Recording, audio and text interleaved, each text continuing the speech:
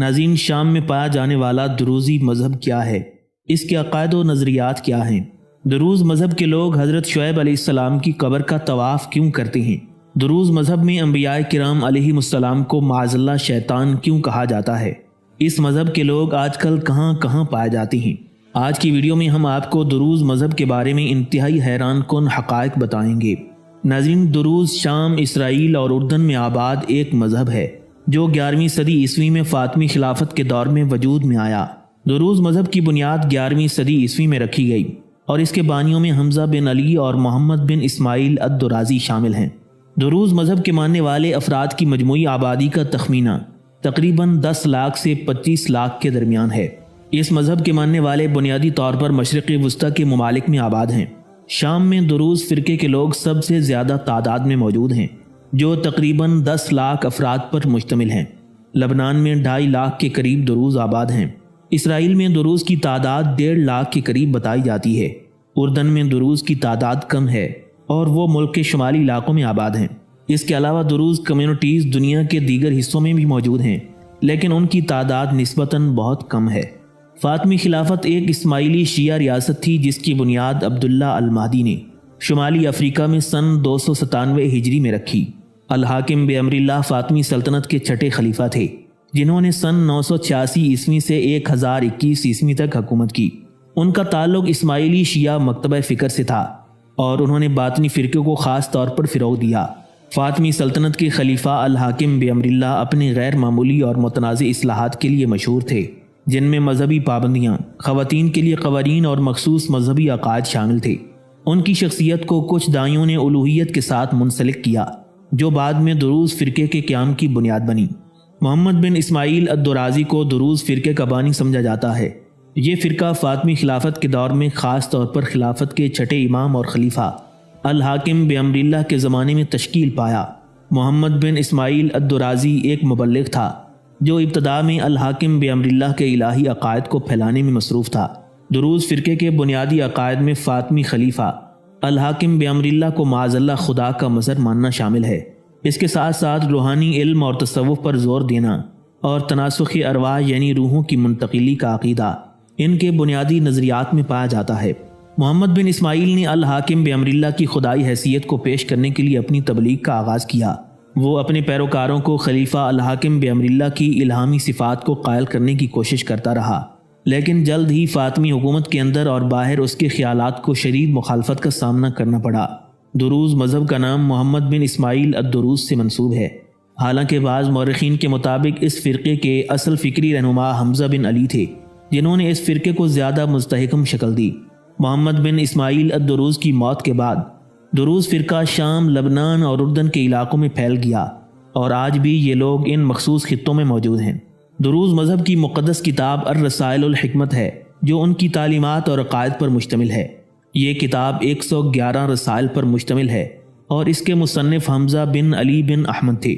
دروز مذہب کی تعلیمات اور ان کی مقدس کتابیں صرف مخصوص افراد، جنہیں عقال کہا جاتا ہے، ان کے لیے مختص ہیں۔ عام پیروکاروں کو ان کتابوں تک رسائی نہیں ہوتی اور مذہبی تعلیمات کو خفیہ رکھا جاتا ہے۔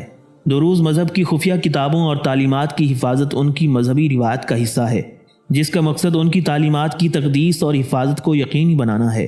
دروزی مذہب کا پرچم 5 رنگوں پر مشتمل ہے اور ہر رنگ ایک مخصوص روحانی یا فلسفیانہ تصور کی نمائندگی کرتا ہے۔ سبز رنگ عقل کی علامت ہے، جو علم و حکمت کی نمائندگی کرتا ہے۔ سرخ رنگ نفس کی علامت ہے، جو روحانی قوت اور ارادے کی نمائندگی کرتا ہے۔ جھنڈے میں موجود زرد رنگ کلمہ کی علامت ہے، جو سچائی اور اظہار کی نمائندگی کرتا ہے۔ نیلا رنگ موت کی علامت ہے، جو روحانی سفر اور تجربات کی نمائندگی کرتا ہے۔ دروزی پرچم میں سفید رنگ موت کے بعد کی علامت ہے، جو پاکیزگی اور روحانی تکمیل کی نمائندگی کرتا ہے۔ یہ رنگ دروزی عقائد میں اہم روحانی اور فلسفیانہ تصورات کی عکاسی کرتے ہیں اور ان کی مذہبی شناخت کا بھی حصہ ہیں۔ دروز مذہب کے لوگ 5 انبیاء کرام علیہ السلام کو مانتے ہیں، جن میں حضرت شعیب علیہ السلام، حضرت ابراہیم علیہ السلام، حضرت خضر علیہ السلام اور یافز اور یافور شامل ہیں، اور ان کے پرچم میں موجود یہ 5 رنگ ان 5 انبیاء کی طرف اشارہ کرتے ہیں۔ 2 خلوہ دروز برادری کی مخصوص عبادت گاہیں ہیں، جہاں مذہبی اجتماعات اور تعلیمات کا انعقاد ہوتا ہے۔ یہ عبادت گاہیں بنیادی طور پر ان علاقوں میں واقع ہیں جہاں دروزی برادری کے قابل ذکر آبادی موجود ہے۔ لبنان میں یہ عبادت گاہیں زیادہ تر جبل لبنان کے علاقے میں پائی جاتی ہیں۔ شام میں السویدہ اور جبل دروز جیسے علاقوں میں دروزی برادری کی مذہبی عبادت گاہیں موجود ہیں۔ اسرائیل کے شمالی علاقوں جیسے گلیل اور کرمل کے پہاڑ بھی دروزیوں کی مذہبی عبادت گاہوں دو خلوہ کے لیے معروف ہیں۔ دروزی مذہب میں برادری کو دو گروہوں میں تقسیم کیا جاتا ہے، جن میں عقال اور جہال شامل ہیں۔ عقال وہ مذہبی طبقہ ہے جو دروزی تعلیمات، مقدس کتاب الرسائل الحکمت اور خفیہ عقائد سے واقف ہوتا ہے۔ عقال افراد عبادات، روحانی تعلیمات اور مذہبی اجتماعات میں فعال حصہ لیتے ہیں۔ انہیں سخت ضوابط کے تحت زندگی گزارنی ہوتی ہے، جیسے سادگی اپنانا، سفید لباس پہننا اور دینی فرائض کی پابندی کرنا۔ جہال عام افراد پر مشتمل ہوتے ہیں جو دروزی مذہب کے بنیادی عقائد پر یقین رکھتے ہیں لیکن خفیہ تعلیمات سے آگاہ نہیں ہوتے۔ انہیں مذہبی اجتماعات یا دو خلوہ میں شامل ہونے کی اجازت نہیں ہوتی۔ جہال عموماً دنیاوی معاملات میں مصروف رہتے ہیں اور مذہبی زندگی میں محدود کردار ادا کرتے ہیں۔ دروز مذہب میں تناسخ ارواح کا عقیدہ بنیادی حیثیت رکھتا ہے، جس کے مطابق روح موت کے بعد ختم نہیں ہوتی بلکہ ایک نئے انسانی جسم میں منتقل ہو جاتی ہے۔ ان کے نزدیک دنیا میں ارواح کی تعداد محدود ہے اور روح کے نئے جنم کا دار و مدار پچھلے اعمال پر ہوتا ہے۔ اچھے اعمال کرنے والے بہتر زندگی پاتے ہیں جبکہ برے اعمال والے مشکلات جھیلتے ہیں۔ روحانی ارتقاء کے بعد تناسخ کا عمل ختم ہو جاتا ہے اور نجات اسی دنیا میں حاصل ہوتی ہے۔ دروز مذہب کے عقائد میں انبیاء کرام علیہم السلام کے بارے میں مخصوص نظریات پائے جاتے ہیں۔ ان کے نزدیک انبیاء کرام کی تعلیمات ظاہری شریعت تک محدود تھیں، جبکہ دروزی تعلیمات باطنی اور خفیہ معانی پر مشتمل ہیں۔ یہ فرق دروزیوں کو دیگر مذاہب سے ممتاز کرتا ہے۔ دروز مذہب کی بنیادیں فلسفیانہ تعلیمات پر مبنی ہیں اور وہ ارسطو اور دیگر فلسفیوں کے نظریات سے متاثر ہیں۔ ان کے عقائد میں فرشتوں اور انبیاء کی رسالت کا انکار شامل ہے اور وہ اوامر و نواہی پر مشتمل نصوص کو ظاہری معنوں کی بجائے باطنی معانی میں لیتے ہیں۔ یہ نظریات دروزیوں کو اسلامی تعلیمات سے جدا کرتے ہیں اور اسی وجہ سے مسلم علماء انہیں اسلام سے خارج سمجھتے ہیں۔ دروز مذہب میں حضرت سیدنا علی رضی اللہ تعالیٰ عنہ کو ایک بلند مقام حاصل ہے، لیکن اس کا تصور اسلامی تعلیمات سے مختلف ہے۔ دروزی عقیدے کے مطابق حضرت علی رضی اللہ تعالیٰ عنہ کو معاذ اللہ الوہی صفات کا حامل سمجھا جاتا ہے اور انہیں معاذ اللہ حق کا مظہر اور اللہ کی تجلی مانتے ہیں۔ ان کے نزدیک حضرت علی رضی اللہ تعالیٰ عنہ دنیاوی اور روحانی حقیقتوں کا مرکز ہیں اور علم و حکمت کے سرچشمہ سمجھے جاتے ہیں۔ تاہم یہ عقیدہ دروزیوں کے خفیہ فلسفے اور ان کے مخصوص توحید کے نظریے سے جڑا ہے جو اسلامی عقائد سے انحراف پر مبنی ہے۔ حضرت علی رضی اللہ تعالیٰ عنہ کے بارے میں ان کا نظریہ اسلامی تعلیمات سے مختلف ہونے کی وجہ سے مسلم علماء دروزیوں کو اسلام سے الگ سمجھتے ہیں۔ دروز مذہب کی عبادات خفیہ اور محدود ہیں جو عام پیروکاروں کی رسائی سے باہر ہیں۔ ان کی عبادات زیادہ تر مذہبی طبقے عقال کے لیے مخصوص ہوتی ہیں، جبکہ عام افراد جہال کو ان رسومات میں شریک ہونے کی اجازت نہیں ہوتی۔ دروزی عبادات خفیہ طور پر انجام دی جاتی ہیں اور ان کے مخصوص مقامات جیسے دو خلوہ میں محدود افراد کو شرکت کی اجازت ہوتی ہے۔ دروزیوں کے ہاں باقاعدہ اسلامی نماز کا تصور نہیں ہے، بلکہ ان کی عبادات میں دعائیں، مراقبہ اور روحانی تعلیمات شامل ہیں۔ عبادات کے دوران ان کی مقدس کتاب الرسائل الحکمت کا مطالعہ اور تلاوت کی جاتی ہے، جس میں دروزی عقائد اور فلسفیانہ تعلیمات موجود ہیں۔ عبادات میں ظاہری اعمال سے زیادہ باطنی ایمان اور روحانیت پر زور دیا جاتا ہے۔ روزہ، زکوٰۃ اور حج جیسے اسلامی ارکان کو دروزی مذہب میں نہیں مانا جاتا۔ ان کے نزدیک روحانی پاکیزگی اور اخلاقی اعمال زیادہ اہم ہوتے ہیں۔ دروز مذہب کی عبادات کا بنیادی مقصد روحانی ارتقاء اور باطنی علم کا حصول ہے، جو انہیں دیگر مذاہب سے منفرد بناتا ہے۔ دروز فرقے کے افراد عمومی طور پر حج کو اسلامی فرض نہیں مانتے۔ اگر کوئی دروزی حج کرتا ہے تو زیادہ تر سماجی، ثقافتی یا روحانی تجربے کی نیت سے کرتا ہے، نہ کہ دینی فرض کے طور پر۔ ان کے عقائد باطنی اور خفیہ عبادات پر مشتمل ہوتے ہیں۔ دروز مذہب تاجدار کائنات امام الانبیاء حضرت محمد مصطفیٰ صلی اللہ علیہ وسلم کو اسلام کے نبی کے طور پر تسلیم کرتا ہے، لیکن دروز کا حضور نبی علیہ الصلوۃ والسلام سے متعلق نظریہ عام مسلمانوں سے مختلف اور متنازع ہے۔ دروزی عقیدے کے مطابق تاجدار کائنات صلی اللہ علیہ وسلم نے ظاہری شریعت پیش کی تھی جو عام لوگوں کے لیے تھی۔ ان کے نزدیک باطنی اور خفیہ علم حضرت علی رضی اللہ تعالیٰ عنہ کے ذریعے منتقل ہوا، جو اصل حقیقت کے مظہر سمجھے جاتے ہیں۔ دروزیوں کے عقائد میں امام الانبیاء حضرت محمد مصطفیٰ صلی اللہ علیہ وسلم کے مقام کو نعوذ باللہ حضرت علی رضی اللہ تعالیٰ عنہ کے بعد رکھا جاتا ہے، اور ان کے روحانی فلسفے میں حضور نبی علیہ الصلوۃ والسلام کی رسالت کی مرکزیت کمزور دکھائی دیتی ہے۔ یہ عقائد اسلامی تعلیمات سے انحراف پر مبنی ہیں۔ اس لیے مسلم علماء دروزیوں کو اسلام سے باہر سمجھتے ہیں۔ دروزی مذہب میں جنازے اور موت سے متعلق رسومات اسلامی طریقے سے مختلف ہیں اور ان کے خفیہ عقائد اور فلسفے کی عکاسی کرتے ہیں۔ ان رسومات میں روحانیت اور سادگی کو اہمیت دی جاتی ہے۔ دروز جنازے میں ظاہری نمائش یا بڑے اجتماعات سے گریز کیا جاتا ہے۔ یہ عمل عموماً سادہ اور مختصر ہوتا ہے۔ جنازے میں خصوصی دعائیں پڑھی جاتی ہیں جن کا تعلق دروزی عقائد اور ان کی مقدس کتاب الرسائل الحکمت سے ہوتا ہے۔ یہ دعائیں صرف مذہبی طبقہ عقال ادا کرتا ہے۔ دروزی تدفین جلدی کی جاتی ہے جیسا کہ اسلامی روایت میں ہے، لیکن طریقہ کار خالصتاً ان کے مذہبی اصولوں پر مبنی ہوتا ہے۔ موت کو ایک عبوری مرحلہ سمجھا جاتا ہے کیونکہ دروزی عقیدہ تناسخ ارواح یعنی روح کا دوبارہ جنم ہونے پر مبنی ہے۔ ان کے نزدیک روح موت کے بعد فوری طور پر نئے جسم میں منتقل ہو جاتی ہے۔ زیادہ دیر تک ماتم یا رونے دھونے کو ناپسند کیا جاتا ہے کیونکہ یہ تناسخ کے عقیدے کے خلاف سمجھا جاتا ہے۔ دروز مذہب کے جنازے میں عام طور پر روحانی تعلیمات اور باطنی فلسفے کو اہمیت دی جاتی ہے اور رسومات صرف برادری کے افراد کے لیے مخصوص ہوتی ہیں۔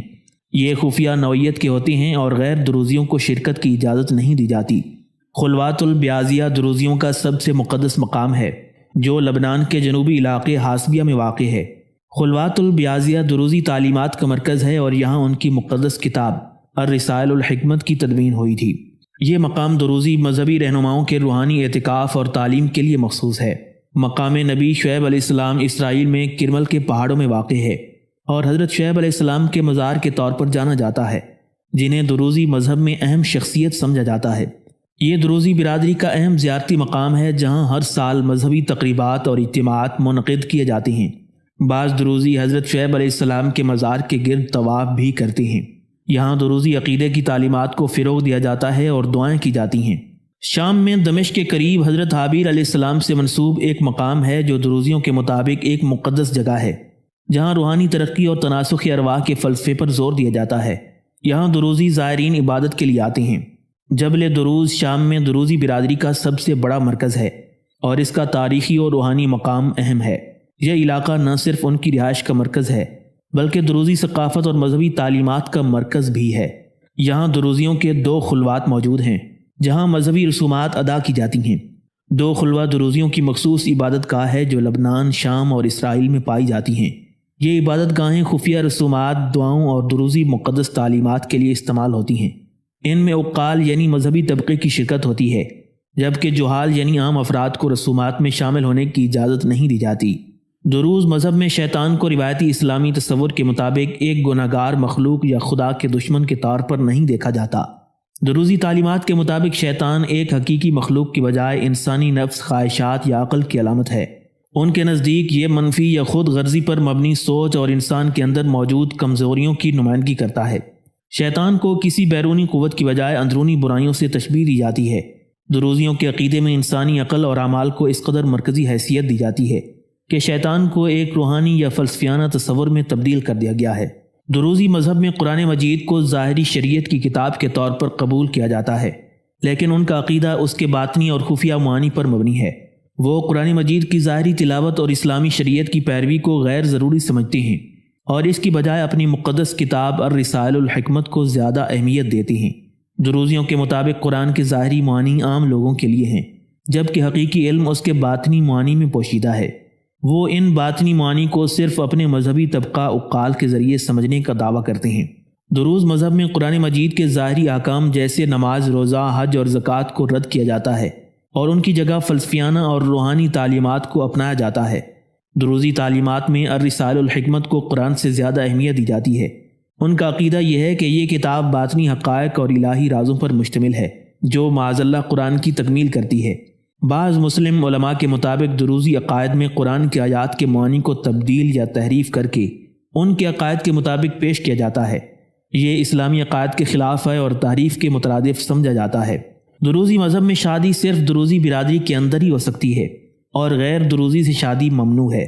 شادی کے رسومات میں سادگی کو اہمیت دی جاتی ہے اور مذہبی رہنما عقال نکاح کے دوران مخصوص دعائیں پڑھتے ہیں۔ دلہا اور دلہن کی رضامندی ضروری ہے جبکہ خاندان کی مشاورت کو بھی اہمیت دی جاتی ہے۔ طلاق کو ناپسند کیا جاتا ہے لیکن بعض شرائط پر اجازت دی جاتی ہے۔ دروزی جانور کو اسلامی طریقے پر ذبح نہیں کرتے اور نہ ہی اللہ کا نام لیتے ہیں۔ جانور کو ذبح کرتے وقت بسم اللہ اللہ اکبر کی بجائے دروزی مذہب کے لوگ بسم شعیب کہہ کر ذبح کرتے ہیں۔